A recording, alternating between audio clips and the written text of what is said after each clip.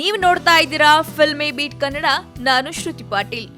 ಟಾಲಿವುಡ್ನ ಖ್ಯಾತ ನಿರ್ದೇಶಕ ಎಸ್ ರಾಜಮೌಳಿ ಅವರು ಐತಿಹಾಸಿಕ ಸಿನಿಮಾ ಮಾಡೋದ್ರಲ್ಲಿ ಎತ್ತಿದ ಕೈ ಎನ್ನೋಕೆ ಈಗ ಅವರು ಮಾಡಿರೋ ಬಾಹುಬಲಿ ಚಿತ್ರವೇ ಒಂದು ನಿದರ್ಶನವಾಗಿದೆ. ಈ ಹಿಂದೆ ಅದೆಷ್ಟು ಸಿನಿಮಾಗಳಿಗೆ ಆಕ್ಷನ್ ಕಟ್ ಹೇಳಿರೋ ನಿರ್ದೇಶಕ ರಾಜಮೌಳಿ ಅವರು ಸಿಕ್ಕಾಪಟ್ಟೆ ಪಬ್ಲಿಸಿಟಿ ಪಡೆದುಕೊಂಡಿದ್ದು ಮಾತ್ರ ಇದೇ ಬಾಹುಬಲಿ ಚಿತ್ರದಿಂದ. ಯಾಕಂದ್ರೆ ಬಾಹುಬಲಿ ಚಿತ್ರ ಒಂದು ಹೊಸ ಮೈಲುಗಲ್ಲೇ ಸೃಷ್ಟಿಸಿತ್ತು. ಬಾಲಿವುಡ್, ಟಾಲಿವುಡ್, ಸ್ಯಾಂಡಲ್ವುಡ್ ಹೀಗೆ ಇಡೀ ಚಿತ್ರರಂಗವೇ ಅವರತ್ತ ತಿರುಗಿ ನೋಡುವಂತೆ ಮಾಡಿತ್ತು. ಹೀಗಿರುವಾಗಲೇ ಎಸ್ ರಾಜಮೌಳಿ ಅವರು ಮತ್ತೊಂದು ಸಿನಿಮಾ ಮಾಡೋ ಪ್ಲಾನ್ ಮಾಡ್ಕೊಂಡಿದ್ದಾರೆ.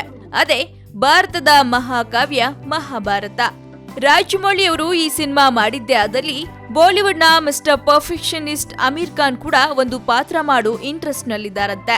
ಜೊತೆಗೆ ಅಮೀರ್ ಖಾನ್ ರಾಜಮೌಳಿ ಅವರ ಬಿಗ್ ಫ್ಯಾನ್ ಕೂಡ ಹೌದಂತೆ.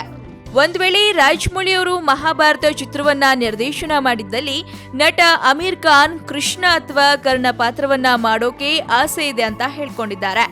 ಅಂದ್ಹಾಗೆ ಅಮೀರ್ ಖಾನ್ ಮತ್ತು ರಾಜಮೌಳಿ ಕಾಂಬಿನೇಷನ್ ಅಲ್ಲಿ ಸಿನಿಮಾ ಬರ್ತಿದ್ಯಾ, ಆ ಸಿನಿಮಾದಲ್ಲಿ ಏನೆಲ್ಲ ಸ್ಪೆಷಾಲಿಟಿಗಳಿರುತ್ತೆ ಅನ್ನೋದನ್ನ ನೋಡೋ ಆಸೆ ನಿಮ್ಗಿದ್ರೆ ತಪ್ಪದೇ ಸಬ್ಸ್ಕ್ರೈಬ್ ಮಾಡಿ ಫಿಲ್ಮಿ ಬೀಟ್ ಕನ್ನಡ. ಹಾಗೆ ಈ ವಿಡಿಯೋ ನಿಮಗೆ ಇಷ್ಟವಾದಲ್ಲಿ ಲೈಕ್ ಮಾಡಿ, ಜೊತೆಗೆ ಶೇರ್ ಮಾಡಿ.